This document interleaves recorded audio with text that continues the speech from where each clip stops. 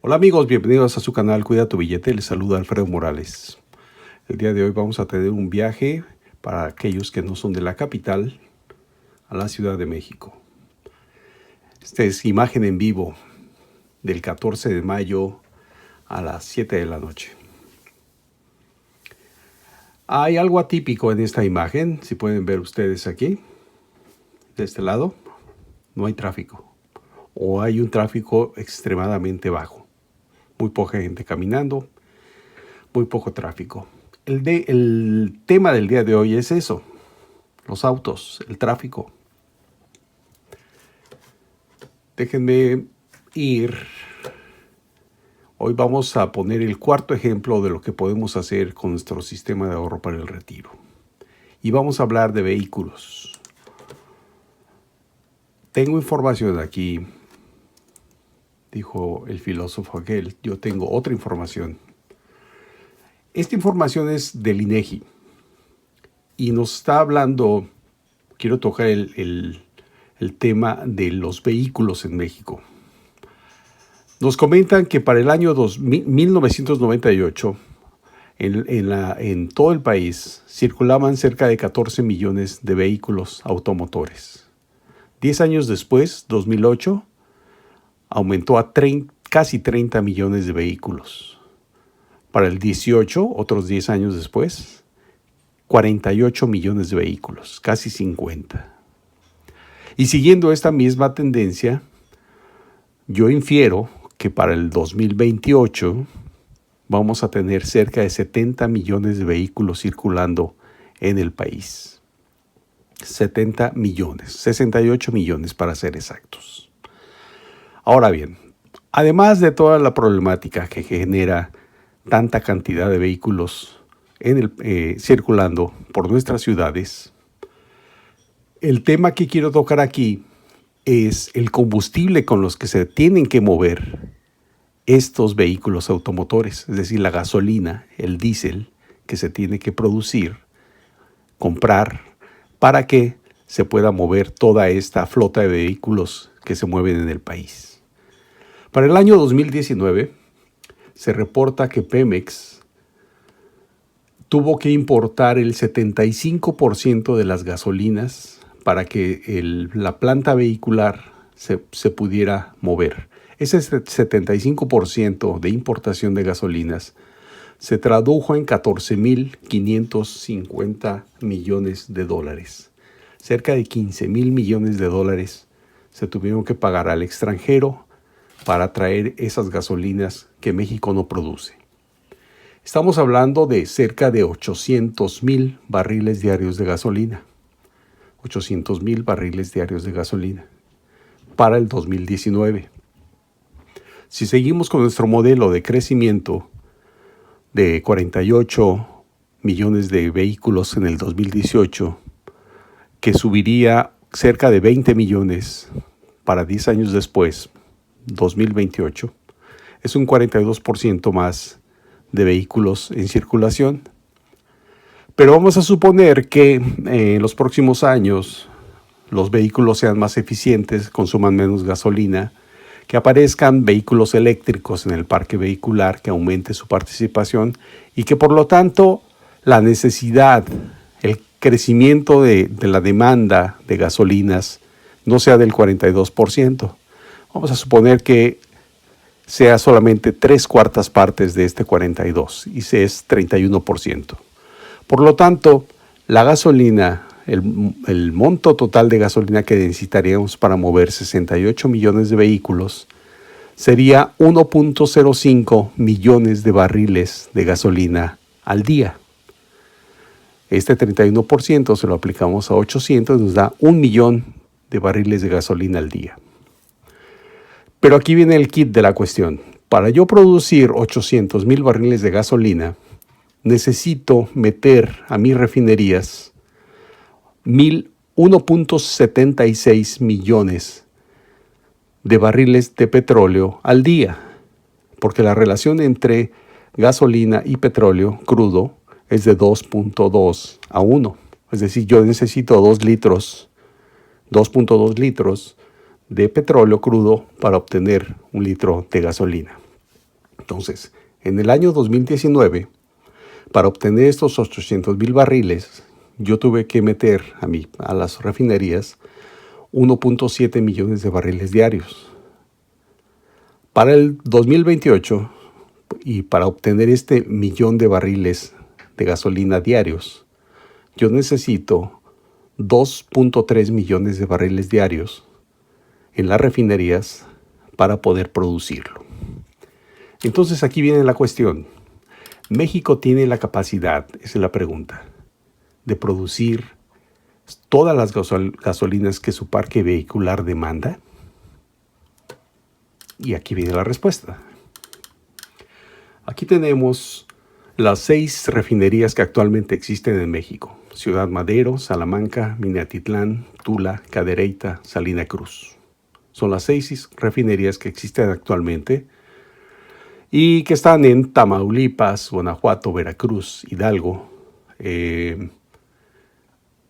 Nuevo León y Oaxaca.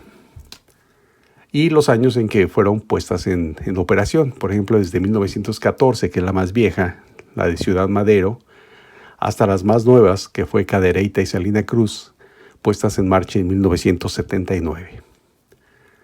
Tienen una capacidad de producción de 190,000 barriles diarios, la de Ciudad Madero, 220 Salamanca, 285 Minatitlán, 315 Tula, 275 Cadereyta y Salina Cruz 330, que es la más grande.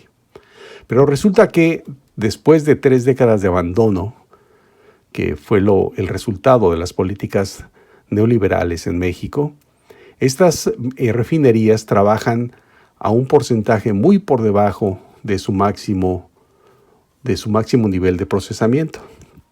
Por ejemplo, Ciudad Madero, que tiene capacidad de refinar 190,000 barriles al día, tan solo tiene una capacidad útil aprovechable del 10%, es decir, solamente 19,000 barriles al día se está trabajando. Y de ahí, por ejemplo, Salamanca está al 82%, Minatitlán al 9% tan solo de utilización. Tula al 45%, Cadereyta al 40% y Salina Cruz al 72%. Efectivamente, el gobierno actual tiene un programa muy agresivo de actualización de estas refinerías, de ponerlas al máximo posible para precisamente cubrir esta demanda de cerca de 800,000 barriles de gasolina al día y con ello evitar comprar gasolinas del extranjero. Que este es un asunto, diríamos, de carácter de seguridad nacional, porque si ustedes recuerdan, a principios del año pasado, cuando empezó la lucha contra el huachicol, México tuvo desabasto parcial, menos del 5% de desabasto en las gasolineras, y los medios de comunicación querían linchar prácticamente al gobierno porque no había gasolina. Los medios de comunicación, porque el pueblo entendió que el bien mayor era la lucha contra la corrupción en este sector y por eso aguantó, y por eso el gobierno salió muy airoso de esta carencia que hubo temporal de gasolina. Pero imagínense ustedes que por alguna circunstancia las refinerías de Texas nos decidieran no venderle a México gasolina. Y entonces este 75% se traduciría en desabasto casi completo de gasolinas en México y el país colapsaría. Y seguramente el gobierno también colapsaría, porque el pueblo no iba a tolerar esta situación. Entonces es de carácter de seguridad nacional que en México tengamos la capacidad de refinar nuestro petróleo para dejar de comprar gasolinas al extranjero. Y con eso nos ahorramos miles de millones de dólares. El año pasado fueron cerca de 15,000 millones de dólares. Pero el problema aparece aquí. Primero, las 6 refinerías que tenemos actualmente se están reconfigurando, se están adaptando para que puedan procesar lo máximo que sus niveles óptimos máximos de utilización le permiten. Pero es un proceso que va a tardar 1 o 2 años en algunos de los casos de ellas.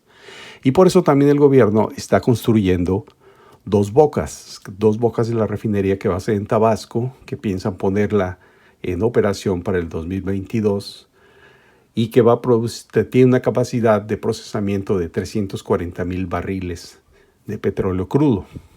Entonces, si sumamos toda la capacidad de producción, ya con 2 bocas, se iría cerca de 2 millones de barriles al día de procesamiento, de capacidad de producción. Esto tomando en cuenta que todas estén operando al 100%, que como ustedes pueden ver aquí, el porcentaje es mucho más bajo. ¿Ok? Entonces, ¿qué va a pasar para el 2028? Cuando en el 2028 vamos a necesitar una capacidad de refinamiento de 2.3 millones de barriles al día para obtener el 1,000,000 de barriles de gasolina que van a requerir esta flota de vehículos en todo el país. 2.300.000 es mucho más grande que el 1.955.000 que tendría el sistema de refinación actual. Por eso es que en un principio, en el gobierno, en el año anterior, hace 2 años, el 18, el presidente López Obrador tenía como meta crear 2 refinerías, no una, sino 2. Pero por las condiciones financieras que está pasando el país, tan solo pudo hacer 2 bocas, que va a ser la más grande, pero que a pesar de que todas funcionaran al 100% de su capacidad, no tendrían la capacidad de producción de que el parque vehicular está requiriendo de gasolina. Entonces, por eso es súper urgente empezar a crear otra refinería. Y para eso estamos proponiendo que nuestro nuevo sistema de ahorro para el retiro, el SAR, con una nueva administración única, destine una parte de sus recursos a la creación de infraestructura estratégica, que es las refinerías. Es una de las cosas súper estratégicas para un país, para una economía. Y entonces, esta parte verde del pastel que hablamos en otros videos estaría dedicada precisamente a proyectos de infraestructura estratégica como es la refinería. Dos Bocas, la refinería de Dos Bocas, va a tener un costo. Vamos a poner un videito aquí, muy interesante, mientras les hablo, que Pemex está construyendo Dos Bocas y va a ser una inversión de $8,000 millones. $8,000 millones. Y es una refinería que está caracterizada, que es considerada de mediano tamaño. Las refinerías actualmente, una refinería grande, está por arriba de los 500 o 600,000 barriles de producción, sí, de capacidad de producir. Y la de México, estamos hablando que es de 340,000 barriles de procesamiento, que va a ser gasolina y va a ser también diésel. Entonces, no solamente es gasolina. Entonces, por eso necesitamos crear una nueva refinería. Aquí yo le llamé Complejo Petroquímico y Refinación Siglo XXI, ¿no? Digo, para bautizar de una vez nuestra refinería. Estaría en Campeche, porque, bueno, el presidente sabe de petróleo y él dijo que iba a estar una en Tabasco y otra en Campeche. En Campeche porque Campeche fue en los años 70, finales de los 70, principios de los 80, el punto neurálgico de donde salía más petróleo en México. El campo petrolero más grande que ha tenido México, Cantarell, estaba en Campeche. Ahorita ya se lo acabaron, pero de ahí sacaron muchos recursos. Entonces, vale la pena que se le devuelva algo a esa población, a ese estado, con la creación de un complejo petroquímico y de refinación. Ahorita vamos a aterrizar más en eso. Que podríamos estarlo inaugurando para el 2024 y que podría ser una planta que pueda procesar hasta 400,000 barriles de petróleo al día. Con esto sumaríamos la capacidad de producción, de procesamiento de las refinerías, de todas, a 2.3 millones de barriles al día, que está por arriba de lo que va a demandar el país para el año 2028. ¿Ves? 2.3 millones contra 2.3 millones. Entonces es súper urgente empezar un complejo nuevo de refinación para satisfacer la demanda de petróleo y no volver otra vez a la necesidad de importar gasolinas, como pasó el año pasado y como va a pasar este año y posiblemente los siguientes. Porque mientras no se pongan al día todas estas refinerías a trabajar al 100%, difícilmente se va a satisfacer toda la demanda de combustibles, llámese gasolina, diésel y para aviones. Ahora bien, una segunda cosa. El petróleo no solamente sirve para hacer gasolinas. El petróleo también es la materia prima para crear petroquímicos. Petroquímicos son elementos químicos, vaya usted, acepten esa definición. Estos son los principales: etileno, propileno, metanol, sileno, benceno, tolueno, butaleno, puros enos. Toda esta bola de enos son los principales productos que se generan en la petroquímica y que en el mundo tienen un valor de mercado, cuando se consumen, de hasta 450,000 millones de dólares. O sea, no es nada despreciable. Y el 10% de todo el petróleo del mundo se canaliza a crear este tipo de productos petroquímicos que son la materia prima para otros productos mucho más elaborados que apoyan procesos productivos como los plásticos. Entiéndase dónde se utilizan plásticos en este momento, en todas las cadenas productivas prácticamente. Entonces, para hacer un símil que se entienda muy fácilmente, el petróleo es como la harina, hagan de cuenta.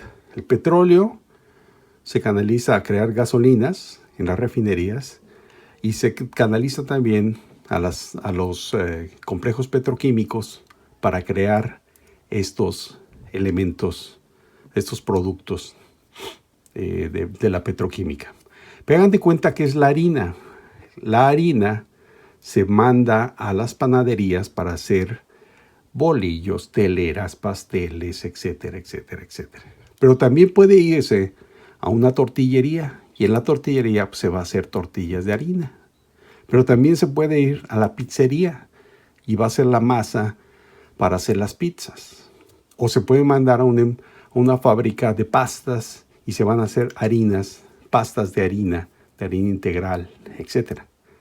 Entonces, si bien el petróleo se canaliza en este momento, en su gran mayoría, a crear combustibles para mover la industria del transporte, eso no le excluye de que sea también materia prima para procesos que agregan más valor. Este 10% que se canaliza del petróleo a nivel mundial, que se canaliza a la industria petroquímica, es mucho más rentable que producir gasolinas. Entonces, por eso en mi ejemplo, yo digo que necesitamos crear no solamente una refinería, sino un complejo petroquímico donde además de dedicarse a la refinación, se puede utilizar para crear productos químicos, que ya en un momento en México se hicieron, pero que se abandonaron nuevamente por intereses geopolíticos que quedan fuera del alcance de este video. Pero entonces, la creación de un complejo petroquímico, una refinería de este tamaño, podríamos estar hablando de unos 9,000 millones de dólares, más aparte unos 4 o 5 para el complejo petroquímico. Estaríamos hablando de 14,000 millones de dólares que necesitaríamos invertir para crear esta empresa, este complejo petroquímico que apoyara la producción de gasolinas y que desarrollara el sistema petroquímica básica en México. Y hay que mencionar que los principales productores de petroquímicos son los chinos, los japoneses, los coreanos, porque es ahí en ese mercado donde se hace mucha producción, mucho producto tangible que se exporta a todo el mundo. Y aquí tenemos, por ejemplo, algunas de las empresas más famosas en petroquímica. Está una empresa alemana, Sinopec de China, Dow Chemical, gringa, Saudi Basic Industries. Es muy interesante y por eso la subrayé. Porque esta empresa es del gobierno, es una empresa del gobierno de Arabia Saudita. ¿Sí? No es una empresa privada. Entonces, es ahí un ejemplo de lo que tenemos que empezar a hacer para darle valor agregado a nuestro petróleo. Está Shell, Exxon, Formosa Plastic, LyondellBasell, son americanas, la DuPont, Ineos, ¿ok? Pero es un mercado que tiene ventas a nivel mundial de 450 mil millones de dólares. Eso viene siendo como la mitad del Producto Interno Bruto de México. Por ejemplo, esta empresa, Saudi Basic, tiene 35 mil empleados.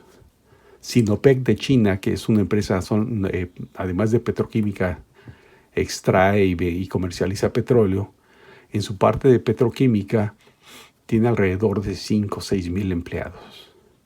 Entonces, esto junto a la refinación de petróleo deben de ser los dos principales ejes en que se deben de mover este nuevo complejo petroquímico llamado siglo XXI de nuestro sistema de ahorro para el retiro. Porque con ello reforzaríamos la política energética del país para darle autosuficiencia en gasolinas y empezar a meternos en el tema de la producción de petroquímicos. Con ello, miren, reforzaríamos nuestro programa de fomentar las actividades productivas, crearíamos empleo bien pagado y ayudaríamos en el desarrollo regional, porque la región del sureste mexicano ha sido muy abandonada. Y el presidente ha hablado de cortinas de desarrollo. ¿Qué mejor cortina de desarrollo que un polo energético como una refinería, como una empresa petroquímica, un complejo petroquímico en el sureste que atrajera toda esa mano de obra y que además le adicionara valor al petróleo y creara los productos que van a ser la base de otros procesos productivos? Entonces, con esta idea, satisfaceríamos 4 de las 5 principales objetivos del SAR, que es fomentar actividades productivas, crear empleo, apoyar el desarrollo regional y crear infraestructura estratégica en el país. 4 de ellas. Y para eso tendríamos en nuestra parte verde, esta parte verde vale 32 mil millones de dólares. Y esta empresa, este complejo petroquímico y de refinación, valdría quizás unos 14 mil millones de dólares. 14. Todavía quedan ahí 18 mil millones de dólares para apoyar otro tipo de infraestructura estratégica. Y obviamente, fíjense aquí nada más en nuestro ejemplo, en infraestructura, 20%, 32 mil millones de dólares. Yo estaba calculando que esta parte pudiera dar un 4% de ganancia neta real, es decir, 4% por arriba de inflación. Pero una petroquímica, una empresa petroquímica, una empresa de refinación, tiene tasas muy por arriba de este 4%, muy por arriba. Entonces, sería una opción de inversión completamente lógica, muy productiva, con un retorno de la inversión muy alto y que se traducirían mucho más beneficios en México. Porque hay que recordar que cuando uno compra gasolinas del extranjero, las compra al precio que ellos dicen. Al precio, nosotros somos tomadores de precio. Si ellos dicen a 20 pesos el litro, se compran a 20 pesos, porque no se producen dentro del país.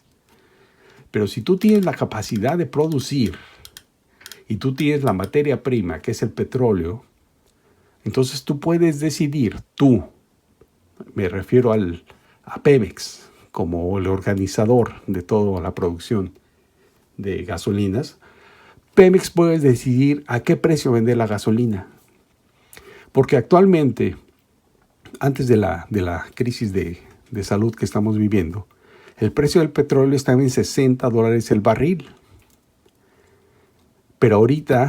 Pero para México, la producción de petróleo cuesta $15 el barril. Y entonces, si hoy nos dan un litro de gasolina en 10 pesos, con un petróleo en 60, si yo soy productor del petróleo y me cuesta 15, bien puedo bajar ese precio a 8 o a 7, ese litro de gasolina, y con ello apoyo a la economía de mi país y subsidio de alguna forma los procesos productivos, las mercancías que se producen en este país y que se venden en el exterior. Porque no hay que olvidar que esos precios internacionales están dados en dólares y que no es lo mismo comprar un litro de gasolina en Estados Unidos a 10 pesos que un litro de gasolina en México a 10 pesos, porque la gente en Estados Unidos ganan en dólares y en México se gana en pesos y muy mal pagado. Entonces, relativamente, el precio de la gasolina sería mucho más caro en México que en Estados Unidos, como es actualmente. Debe de haber una diferencia de precios. Primero, porque méxico es productor de petróleo. Y segundo, porque toda su economía se mueve en pesos, no en dólares. Entonces hay que romper esa asociación de precios del petróleo a nivel internacional. Y eso solamente se puede hacer teniendo la capacidad de producir nuestras propias gasolinas. Entonces, este es el cuarto ejemplo que tenemos para lo que se puede hacer con el sistema de ahorro para el retiro nuevo, renovado, sin fines de lucro y pensando en el beneficio no solamente de los participantes, porque vamos a dar una buena tasa de retorno, sino en los beneficios que se pueden generar con este dinero a toda la sociedad, a todo el país. ¿Okay? En videos posteriores vamos a hablar de otros elementos que tienen que ver con estas propuestas, pero por este momento eso sería todo y gracias por su atención.